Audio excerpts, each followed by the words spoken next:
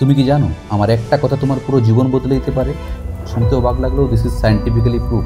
হ্যাঁ, অবশ্যই জানাবো ডিটেলসে। তার আগে শুনে নাও একটি আশ্চর্যজনক বাস্তব ঘটনা। সালটা তখন 1968। দুজন মনোবিজ্ঞানী রবার্ট রোজেনথাল ও লেনোর জ্যাকবসন ক্যালিফোর্নিয়ার একটি স্কুলে একটি এক্সপেরিমেন্ট চালান।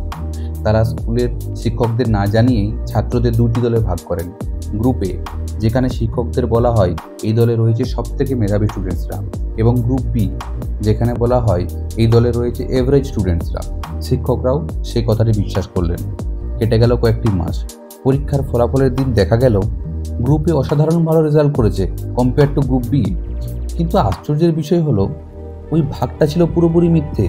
ছাত্রদের মেধার সঙ্গে এর কোনো যোগই ছিল না, জাস্ট র্যান্ডামলি একটা ভাগ করা হয়েছিল।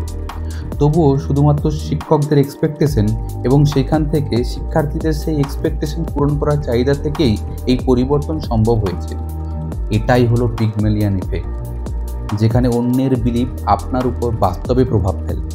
পিছনে রয়েছে একটি প্রাচীন উপকথা। ভাস্কর পিগমেলিয়ান একটি মূর্তি তৈরি করতে করতে মূর্তিটিকে এত ভালোবেসেছিলেন, এত বিলিভ রেখেছিলেন যে দেবতারা সেই মূর্তিকে জীবন্ত করে তোলেন। বাস্তব জীবনেও এটা একটা দারুণ ইম্প্যাক্ট ফেলতে পারে। যেমন আপনার বাড়ির কাজের লোক থেকে শুরু করে একজন শিশু, এমনকি অফিসের সহকর্মী পর্যন্ত আপনার এক্সপেকটেশনকে পূরণ করবে। শুধু প্রয়োজন আপনার বিশ্বাসকে দৃঢ় রাখা, কারণ আপনার সেই বিশ্বাসই ধীরে ধীরে তাদের মধ্যে গড়ে তুলবে এক অটল আত্মবিশ্বাস। তাই মনে রাখবেন, আপনার একটি কথাও কারো জীবন বদলে দিতে পারে।